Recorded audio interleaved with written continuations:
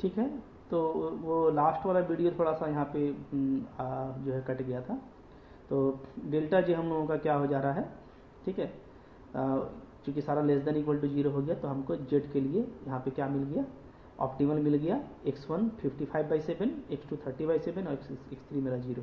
तो maximum Z जो निकालना है तो आप दो तरीके से निकाल सकते हैं, या तो आप यहाँ से निकाल लीजिए C B into X B, यानी डायरेक्ट सी बी और एक्स बी को मल्टीप्लाई कर दीजिए, तो -4 इंटू 30/7, 0 इंटू इतना और 5 इंटू इतना, ये करिएगा तो कितना आ जाएगा, तो आपको आ जाएगा 275/7 आ जाएगा। यहाँ से देखिएगा तो 55 इंटू 5 275/7 और माइनस वाला 30 चौके 120/7, तो इसको सोल्व कीजिएगा तो 155/7 आ जाता है। ठीक है, यही आपका मैक्सिमम जेड है। ठीक है, या दूसरा तरीका ऐसा हो सकता है कि जो क्वेश्चन दिया है ना, क्वेश्चन आपको जो दिया था वहाँ से आप कर लें। क्वेश्चन में था मैक्सिमम करना था हमको जेड को 5x1 minus 4x2 plus 3x3, तो x1 का वैल्यू पुटअप कर दीजिए, x2 तो 30/7 और x3 है नहीं तो 0, तो ये दोनों तरफ से एक ही आंसर आएगा। ठीक है, क्लियर है। तो ऐसे आपको बनाना है। आई होप आपको मज़ा आया होगा, कोई ज़्यादा मुश्किल नहीं है, सेम पहले जैसा करना है। ठीक है, अच्छा देखिए एक और क्वेश्चन देख लेते हैं हम लोग। यहाँ पे देखिए मिनिमाइज करना है। ठीक है, Z is equal to this one है, subject to 2x1 plus x2 less than equal to 4 ये। ठीक है, तो ये है। तो यहाँ पे आप देखें कि यहाँ पे ग्रेटर देन इक्वल टू लगा हुआ है, यानी यहाँ पे सरप्लस वेरिएबल लगेगा, इसमें भी इसमें भी। तो सबसे पहले देखिए चूंकि मिनिमाइज का क्वेश्चन है तो आपको हम बता दिए हैं कि हम लोग का स्टैंडर्ड क्राइटेरिया क्या है, मैक्सिमाइज। तो पहले आप इसको मैक्सिमाइज कर लीजिएगा। कैसे करते हैं, मैक्सिमाइज कर दीजिए, माइनस जेड ले लीजिए। ठीक है ना, माइनस जेड लेंगे तो सब में लग जाएगा माइनस, दोनों तरफ माइनस से गुना कीजिएगा तो -x1 -x2। ठीक है, अच्छा plus 0x3 plus 0x4 minus a1 minus a2। ठीक है, ये 0x3 क्या है, x3 सरप्लस वेरिएबल है जो आपका इसमें ऐड होगा, इसमें माइनस करना पड़ेगा क्योंकि इधर वाला ग्रेटर है, तो यहाँ पे x3 माइनस करेंगे, इसमें x4 माइनस करेंगे। ठीक है, और आर्टिफिशियल वेरिएबल भी लगेगा। जब भी सरप्लस वेरिएबल लगेगा तो आपका आर्टिफिशियल भी लगेगा, ये आपको हम शुरू में बता चुके हैं। बेसिक फिजिबल सोल्यूशन के लिए जब जब सरप्लस लगेगा तो आर्टिफिशियल भी लगेगा, स्लैक में नहीं लगता है। स्लैक अगर लग रहा है तो सिर्फ स्लैक ही काफ़ी है, BFS मिल जाता है। ठीक है ना, तो यहाँ पे देखिए A1 और A2 भी लगेगा, तो A1 और A2 को हम लोग -1 का कॉस्ट दे के लिखते हैं ना, तो इसलिए A1 A2 को ऐसे माइनस करके लिखे हैं। ठीक है, क्लियर है, और जो सरप्लस है उसको 0 0 करके लिखे हैं। ठीक है, क्लियर। तो सच दैट इसमें लगाइए 2x1 प्लस x2 है, सरप्लस लग गया -x3 और आर्टिफिशियल लग गया plus A1 equal to 4, x1 plus 7x2 है, माइनस x4 लग गया इसमें surplus plus A2 equal to 7। ठीक है, इक्वेशन 1 और 2 आ गया। स्टार्टिंग BFS क्या होगा, तो स्टार्टिंग BFS के लिए हम लोग क्या करेंगे, x1 x2 x3 x4 को 0 करेंगे। ठीक है, ओके। आपको हम बताए थे कि अगर सरप्लस है तो डिसीजन वेरिएबल यानी जो x1 x2 है उसको भी 0 करना है और साथ में x3 x4 को भी 0 करना है। ठीक है ना, तो यहाँ पे लिख देते हैं when x1 x2 x3 x4 ये सब 0 करना है आपको। ठीक है, तो आपको क्या मिलेगा, तो यहाँ सब 0 हो जाएगा तो A1 4 मिलेगा और यहाँ से हमको A2 7 मिलेगा। ठीक है, तो ये दोनों पॉजिटिव है इसलिए BFS है। ठीक है, अब नीचे लिख दिए, ये शॉर्ट पैटर्न आपको हम बता रहे हैं जल्दी जल्दी बनाने का एग्जाम में। ठीक है, आप डायरेक्ट ऐसे लिख दीजिए क्योंकि पहले से अंडरस्टैंडिंग है कि भाई क्या क्या लगेगा, तो ऑब्जेक्टिव फंक्शन को पहले से मैनेज कर लीजिए। अगर मिनिमाइज का फॉर्म है तो मैक्सिमाइज में कर लीजिए। ठीक है, क्लियर। अच्छा, तो अब लिख दिए हैं where x3 x4 A1 A2 are surplus and artificial variables. ठीक है, ए वाला आर्टिफिशियल है और x3 x4 हमारा सरप्लस है। क्लियर है, ठीक है, ये तो LPP आपका लिखा गया जो हमको वर्क करना है। ठीक है ना, अब आइए फेज 1 में चलते हैं। तो फेज 1 में क्या करते हैं, जो है आपका जेड को बदल देते हैं किसमें, जेड स्टार में, याद है आपको। ठीक है, जेड स्टार में जब बदलेंगे तो क्या होगा, सबका कॉस्ट कर देंगे 0, सिर्फ आर्टिफिशियल का रहेगा -1। ठीक है, वही तरीका। ओके, टेबल बनाइए। देखिए टेबल यहाँ पे बन के तैयार है। क्या करना है, क्योंकि यहाँ पे सिर्फ 2 ही कॉन्स्टेंट है तो सिर्फ 2 ही रो लिखा जाएगा अंदर में। ठीक है ना, तो स्टार्टिंग BFS है A1 और A2, स्टार्टिंग बेसिक है हमारा A1 और A2, दोनों का कॉस्ट है जेड स्टार में -1 -1। ठीक है, स्टार्टिंग फिजिबल सॉल्यूशन है हमारा 4 और 7, तो 4 7। ठीक है, ऊपर पे हमको CJ लिखना होता है, cost value of Z star, zero zero zero zero minus one minus one, zero zero zero zero minus one, ठीक है। उसके बाद दोनों कांस्टेंट को लिख दीजिए, two one minus one, two one minus one, ठीक है। आ गया x4 तो इसमें है नहीं, तो x4 का जीरो, a1 इसमें वन और a2 आपका जीरो, ठीक है, पहला वाला कांस्टेंट में इक्वेशन 1 को, ठीक है। इक्वेशन 2 से 1 7 माइनस वन, 1 7, x3 तो नहीं है तो x3 का जीरो, x4 का माइनस वन, ठीक है। फिर a1 इसमें नहीं है तो a1 का भी जीरो और a2 का वन, इसको देख करके लिख दीजिए, ठीक है। लिख दिए तो रो तैयार हो गया। इसके बाद का आपको काम पता है, जेड निकालिए, क्या होता है, सी बी और एक्स आई को मल्टीप्लाई कीजिए, इन दोनों को minus one into two minus two, और ये माइनस वन तो माइनस थ्री हो जाएगा, ठीक है ना। फिर माइनस वन, तो ठीक है कर लिए, तो सारा वैल्यू आपको मिल जाएगा, है ना। ये देखिए ना, माइनस टू है, ये माइनस वन, माइनस थ्री हो गया, ये माइनस वन, ये माइनस सेवन, माइनस एट हो जाएगा, ये प्लस वन और ये जीरो, तो वन निकाल लीजिएगा, ठीक है। ये जीरो और ये वन, ये माइनस वन, ये जीरो, माइनस वन, ये जीरो और ये माइनस वन, ठीक। अब आप डेल्टा जे निकाल लीजिए, ऊपर में जो सी जे वाला है उसमें घटा दीजिए जेड आई को, ठीक है। क्या होता है, डेल्टा जे इक्वल टू होता है सी जे माइनस जेड आई, ठीक है। यानी पहले सी जे को देखिए जीरो और फिर जेड आई को देखिए माइनस तीन, तो जीरो माइनस तीन की जगह क्या आ जाएगा, प्लस तीन आ जाएगा, ठीक है। इसी तरीके से ये 8, तो अब देखिए यहाँ पे ऑप्टिमिलिटी चेक कीजिएगा, तो आप क्या देख रहे हैं कि यहाँ पे सारा कुछ निगेटिव और जीरो नहीं है, कुछ पॉजिटिव भी है। जो मैक्सिमम पॉजिटिव है वो आपका इन करेगा, तो ये इन कर रहा है, तो ये हमारा हो गया की कॉलम, ठीक है, ये वाला x2 जीरो वाला, हाँ।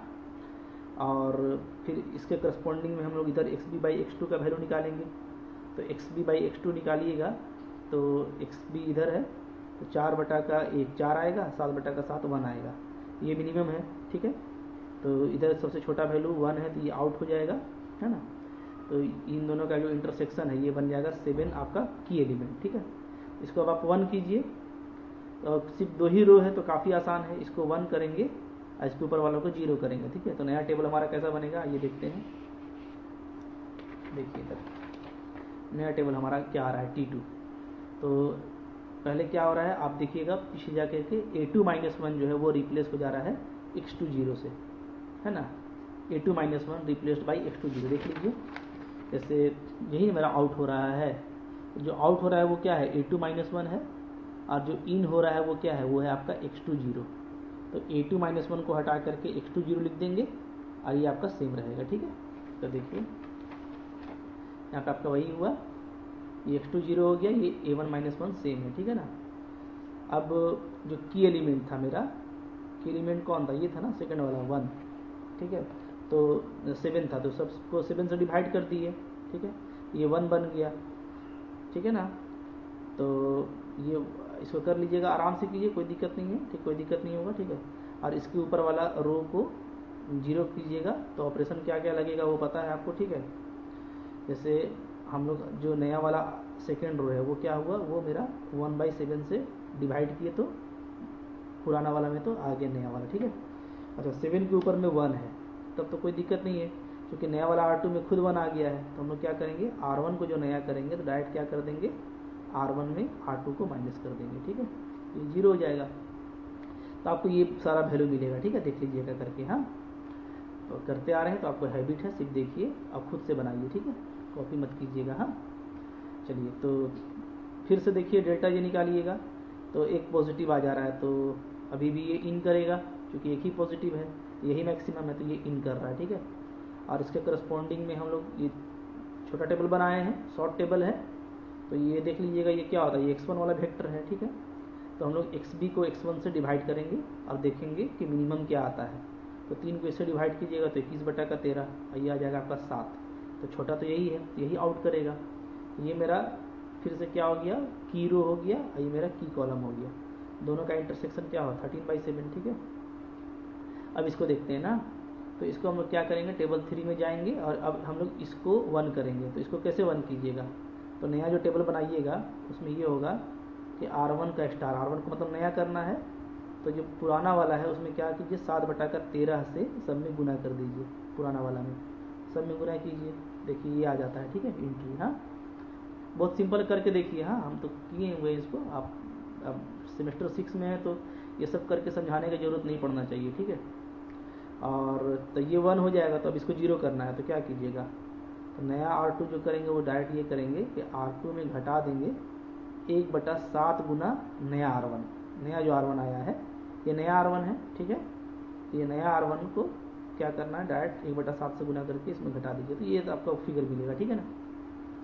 अभी जो फिगर मिला है, तो अब आप देखिए आपको कमाल क्या हुआ, तो डेल्टा जे सब आपका 0 या तो निगेटिव आ गया है, 0 या निगेटिव आ गया यानी कि ऑप्टिमलिटी आपका रीच कर गया, ठीक है। तो अब यहाँ पे कोई इन आउट नहीं होगा, टेबल अब आपका रुक जाएगा, तो फेज 1 आपका पूरा हो गया। देखिए हम यहाँ पे पूरा कैलकुलेशन कर दिए हैं, ठीक है, मतलब कि आपको आसानी के लिए, ताकि आपको समझ में आए कि कैलकुलेशन करना भारी नहीं है, ठीक है। हम जैसे ये टेबल थोड़ा सा भारी लग रहा था आपको, तो R1 को 7/13 से गुना किए, ठीक है, ओके। 7/13 से गुना करके तो लिखना फिर आराम है, तो देखिए ये सब लिख दिए, ठीक है। अब ये सेकंड वाला रो थोड़ा सा आपको जो भारी होता है वो हम करके लिखे हुए हैं यहाँ पे, तो देखिए कैसे कैसे चेंज करेगा, ठीक है। सबसे पहले 1 था, ये 1, तो 1 का अब नया वैल्यू 10/13 कैसे आया, देखिए, तो यहाँ पे 1 हट गया, ये वाला ऑपरेशन लगा दिए, तो ठीक है, तो क्या हो गया, यहाँ पे लिखे हुए हैं ना, 1 - 1/7 इंटू नया वाला 1, ठीक है, तो ठीक है।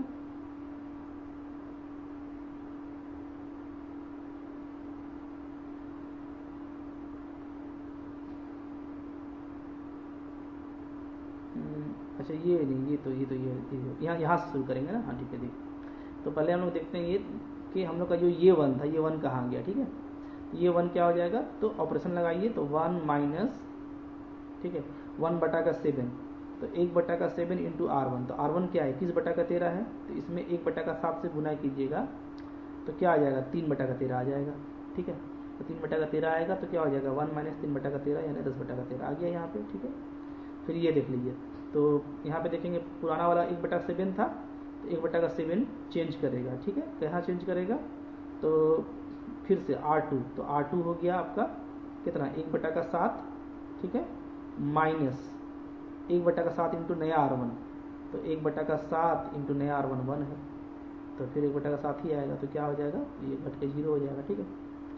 तो ये जो 1/7 1 0 ये पूरा चेंज करके ये जो नया वाला आया है R2, जो पुराना चेंज किया और जो नया आया, ये हम पूरा यहाँ पे निकाल के दिखा दिए, ठीक है ना, कैसे कैसे निकलेगा, इस ऑपरेशन में बस बिठा दिए हैं, तो ये भी आप चेक कर लीजिएगा, ठीक है, ओके।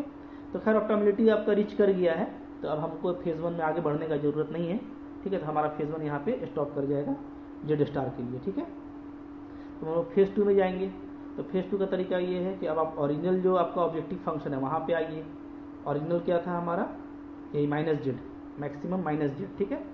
इसमें हम लोग क्या करेंगे, आर्टिफिशियल को इग्नोर कर देंगे, यानी आर्टिफिशियल को हटा दीजिए, ठीक है, और बाकी जो है -x1 -x2 और जो सेलेक्ट सरप्लस था 0x3 0x4 ये हमको लेना है, ठीक है ना, विथ लास्ट मैट्रिक्स टेबल, जो हम लोग का लास्ट टेबल बचता है उससे काम करते हैं अब, ठीक है।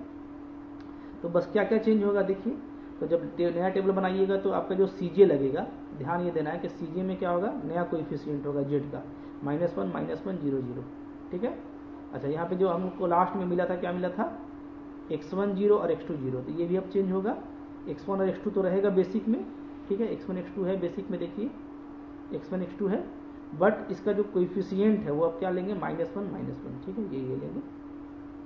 बाकी ये जो टेबल है, ये टेबल पूरा आपका सेम रहेगा, आर्टिफिशियल को हटा देना है, तो देखिए यहाँ से यहाँ तक पूरा सेम टेबल रहेगा, यहाँ से लेकर के यहाँ तक 21/13 ये सब लिखते जाइए, ठीक है, 1/13 तक देखिए लिख दिए हैं। फिर ये भी आप लिख लीजिए 10/13 से लेकर के -14/91 तक। आर्टिफिशियल को इग्नोर कर देना है, इसको हटा देना है, ठीक है, इसको हटा करके देखिए ये आ गया। तो अब क्या करना है, अब फिर से जुड़ाई निकालिए, तो जुड़ाई निकालिएगा, तो जुड़ाई क्या होता है, इसको मल्टीप्लाई करके ऐड कीजिए दोनों को, तो देखिए ये सब आएगा, ठीक है। छोटा फिगर है, करके हम दिखा दिए, कोई खास बात नहीं है, ठीक है ना।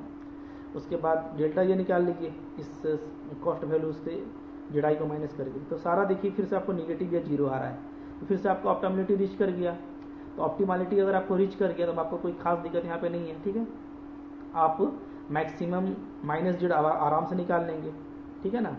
ओके, जैसे C B into X B होता है तो डायरेक्ट यहाँ से ही मल्टीप्लाई कीजिएगा सी बी एक्स बी को, -1 इंटू 21/13 प्लस -1 इंटू 10/13, तो आपका ये आता है 21/13। तो मैक्सिमम माइनस जेड आपका इतना आ रहा है। तो ओरिजिनल क्वेश्चन क्या था, मिनिमम जेड, तो अब आप मिनिमम कीजिएगा, माइनस को हटा दीजिए दोनों तरफ से, तो मिनिमम जेड क्या हो जाएगा 31/13। यहाँ से कर लीजिए या तो डायरेक्ट क्वेश्चन से जाके कर लीजिए। क्वेश्चन में क्या था, मिनिमम जेड था आपका x1 प्लस x2, तो x1 का वैल्यू क्या लेना है, तो 21/13, और x2 का वैल्यू 10/13, तो x1 21/13, x2 10/13 बैठा दीजिएगा, तभी वही आएगा। दोनों में आपका सेम आता है, ठीक है ना, क्लियर है। तो ये आपको बस प्रैक्टिस करना है। आई होप आपको काफ़ी अच्छा लगा होगा। छोटा भी है, ज़्यादा बड़ा नहीं है, और इस तरह का सिंपल क्वेश्चन एग्जाम में आता है, ज़्यादा हैवी भी नहीं आता, तो आप प्रैक्टिस कर लीजिए, ठीक है। देखिए एक नोट है, ठीक है, कि जैसे टू फेज मेथड से आपको बनाना है, तो हम लोग तो ये देख रहे हैं कि जब भी आर्टिफिशियल वेरिएबल होगा तो टू फेज मेथड आप लगा सकते हैं, ठीक है। लेकिन कभी कभार ऐसा होता है ना कि आप जैसा पिछला क्वेश्चन बनाए थे लास्ट वीडियो में, वैसा ही क्वेश्चन आपको दे देगा, यानी सिर्फ सेलेक्ट वेरिएबल रहेगा, तो आपको बोलेगा कि इसको टू फेज मेथड से बनाइए। तब क्या कीजिएगा, तो हम लिखे हैं कि what about two phase method if there is no artificial variable. अगर आर्टिफिशियल वेरिएबल का यूज़ नहीं हो रहा है, यानी इक्वल टू, ठीक है, या तो आपका ग्रेटर देन इक्वल टू, ये वाला साइन यूज़ नहीं हो रहा है, सिर्फ ये यूज़ हो रहा है सेलेक्ट वाला, ठीक है, सेलेक्ट का सिर्फ यूज़ हो रहा है, तो इसमें आर्टिफिशियल यूज़ नहीं होता है, ठीक है। तो तब आप क्या करेंगे, टू फेज कैसे बनाएंगे। तो अगर आपका सिर्फ सेलेक्ट वाला प्रॉब्लम आ गया तो आप क्या कीजिएगा, फेज वन में फेज वन लिखिएगा, अब पूरा काम वही कीजिएगा जो आप करते थे, ठीक है। हम कौन सा बात कर रहे हैं, हम बात कर रहे हैं आपको कि सेलेक्ट वेरिएबल का जो हम लोग क्वेश्चन बनाए हैं, इसके जो पहले का वीडियो है उससे पहले वाला वीडियो, जब हम आर्टिफिशियल आपको नहीं पढ़ाए थे, उसके पहले सारा सेलेक्ट से बनता था। तो सेलेक्ट वाला में अगर टू फेज मेथड से पूछ दिया कि टू फेज मेथड से बनाइए, तो आप क्या कीजिएगा, फेज वन में आप पूरा जैसे क्वेश्चन डील करते हैं वैसे बना दीजिएगा, ठीक है। और फेज टू में आप लिख दीजिएगा, ठीक है, कि जैसे ऑप्टिमलिटी का जो कंडीशन होता है कि जो डेल्टा जे है वो क्या है, लेस देन इक्वल टू 0 है फॉर ऑल जे, ठीक है। देयरफॉर क्या, optimality is reached, therefore optimality condition is reached, ऐसे लिख करके, और जो भी आपको निकालना होगा मैक्सिमम या मिनिमम वैल्यू ये आप निकाल लीजिएगा, ठीक है। तो कभी कभार टू फेज मेथड लिख करके उसको पूछ देता है, तो उसमें फेज बनेगा ही नहीं, जो भी होगा फेज वन होगा, फेज टू में आप बस ऐसे कर दीजिएगा, ठीक है ना। और इन जनरल याद रखिए कि अगर आपको फेज टू से बनाना है तो उसमें आपका जो 100% लगभग क्वेश्चन वही आता है जिसमें ये या ये रहता है ना, यानी या तो सरप्लस वेरिएबल यूज होगा या तो डायरेक्ट इक्वालिटी के चलते आर्टिफिशियल यूज होगा, तो वो फेज वन फेज टू से बनेगा, ठीक है, क्लियर है। अच्छा, एक आपके लिए होमवर्क छोड़ दे रहे हैं, इसको आप बना कर ट्राई कीजिएगा, ठीक है ना। इसको आप कोशिश कीजिएगा बनाने का, ये क्वेश्चन है, ठीक है। इसमें आंसर देखिए, मिनिमम करना है तो आप तो इसको स्टैंडर्ड करके चलिएगा, मैक्सिमम करके चलिएगा, तो ये आएगा -75/8, वापस से इसको मिनिमम करेंगे तो 75/8 आपका फाइनल आंसर है, ठीक है ना। तो ये क्वेश्चन आप ट्राई कीजिए, ठीक है। तो आई होप आपको समझ में आ रहा है, थोड़ा आप वर्क करेंगे खुद से तो मुश्किल तो नहीं है, कैलकुलेटिव ज़रूर है, ठीक है। आप जहाँ इतना मैथ्स पढ़े हैं और काफ़ी ब्रिलियंट स्टूडेंट हैं आप लोग, तो आई होप आपको ये समझ में आ गया होगा आसानी से, ठीक है। अच्छा, एक बात और आपको जो बताना है वो आपको हम बता करके इसको फाइनल करते हैं, ठीक है। वो ये है कि इसके बाद जो मेथड आएगा बिगिन मेथड, तो वो भी कुछ इसी तरह का है, ठीक है ना। आर्टिफिशियल वेरिएबल का ही उसमें भी यूज़ होता है, तो वो बस थोड़ा सा उसमें एडिशनल कुछ हम लोग बात देखेंगे, ठीक है। तो आप वहाँ पे भी अच्छे से कंटिन्यू कीजिएगा, ठीक है, और कॉन्फिडेंट रखिए, ठीक है ना। अच्छा, और बुक वगैरह देखेंगे आप तो उसमें बहुत और भी मेथड रहता है, तो इसलिए उसको आपको देखने का ज़रूरत नहीं है, जितना हम आपको बता रहे हैं इतना ही आप कर लीजिए, और कॉन्फिडेंस इसी में आप ले आइए। एग्ज़ाम में क्वेश्चन कितना क्या आएगा, कुछ अलग आएगा तो क्या करेंगे, ये सब मत सोचिएगा, ठीक है। आप प्रोसीड कीजिएगा, ठीक है ना। फाइनली अगर कुछ स्पेशल कंडीशन अप्लाई होता है तो हम उसके पीछे इसलिए नहीं जा रहे हैं कि ऑलरेडी आपको बहुत कुछ पढ़ना है, ठीक है, मटेरियल काफ़ी हाई हो जाएगा। तो अगर बहुत स्पेशल कंडीशन भी कहीं पे लगता है तो आप जहाँ तक जा पाएंगे, जितना आप पढ़े हैं, तो आई होप कि पहले इसमें आपको ऑप्टिमल मिल जाएगा, लेकिन अगर कुछ स्पेशल केस आता है और आपका कुछ मिस करता है तो आपका कितना होगा, 8 नंबर में आपको 7 मिलना ही मिलना है। ठीक है, इसलिए आप इतना ही क्वेश्चन करके अपने आप को कॉन्फिडेंट कर लीजिए। ठीक है, ज़्यादा चूँकि थोड़ा लेंदी टास्क है तो आपका टाइम भी वो ऐसा ही लगेगा, और लेंदी क्वेश्चन में जितना आप टाइम देते हैं ना फिर उतना थोड़ा इरिटेट भी होता है माइंड। ठीक है, तो लगे रहिए। ठीक है, थैंक यू फॉर वॉचिंग।